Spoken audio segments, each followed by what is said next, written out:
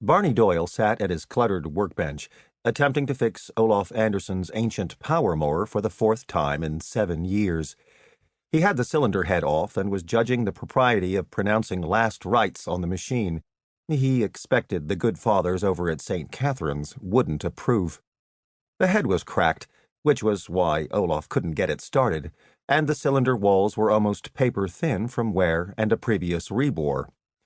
The best thing Anderson could do would be to invest in one of those Toro grass cutters with all the fancy bells and whistles, and put this old machine out to rust. Barney knew Olaf would raise Cain about having to buy a new one, but that was Olaf's lookout. Barney also knew getting a dime out of Anderson for making such a judgment would be close to a miracle. It would be to the benefit of all parties concerned if Barney could coax one last summer's labor from the nearly terminal machine. Barney absently took a sharpener to the blades while he pondered. He could take one more crack at it. An oversized cylinder ring might do the trick, and he could weld the small crack. He could get back most of the compression, but if he didn't pull it off, he'd lose both the time and the money spent on parts. No, he decided at last, better tell Anderson to make plans for a funeral. A hot, damp gust of wind rattled the half-open window. Barney absently pulled the sticky shirt away from his chest.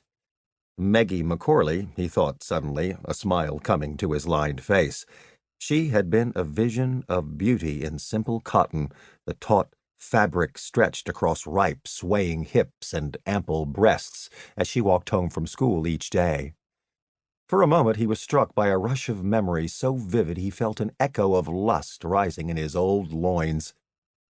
Barney took out a handkerchief and wiped his brow. He savored the spring scents, the hot, muggy night smells, so much like those that blew through the orchards and across the fields of County Wexford. Barney thought of the night he and Meggie had fled from the dance, from the crowded, stuffy hall, slipping away unnoticed as the town celebrated Paddy O'Shea and Mary McManus' wedding.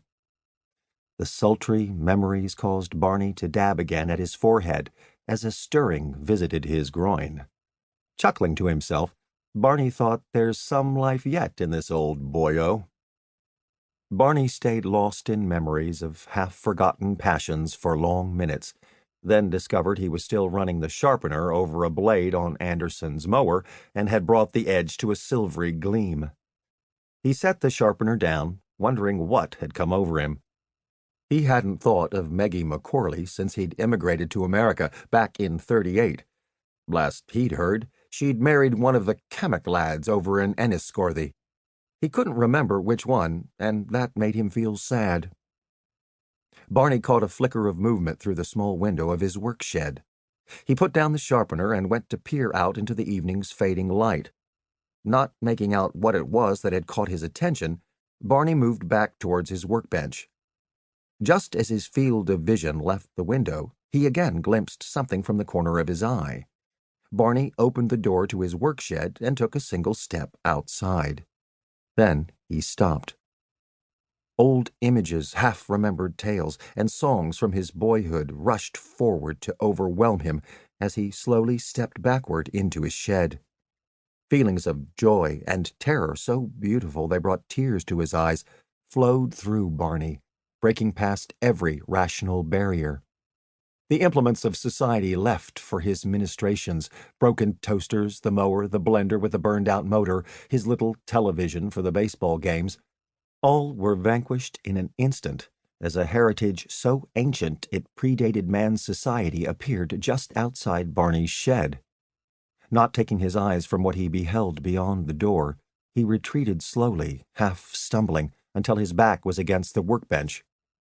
Reaching up and back, Barney pulled a dusty bottle off the shelf. 22 years before, when he had taken the pledge, Barney had placed the bottle of Jameson's whiskey atop the shelf as a reminder and a challenge.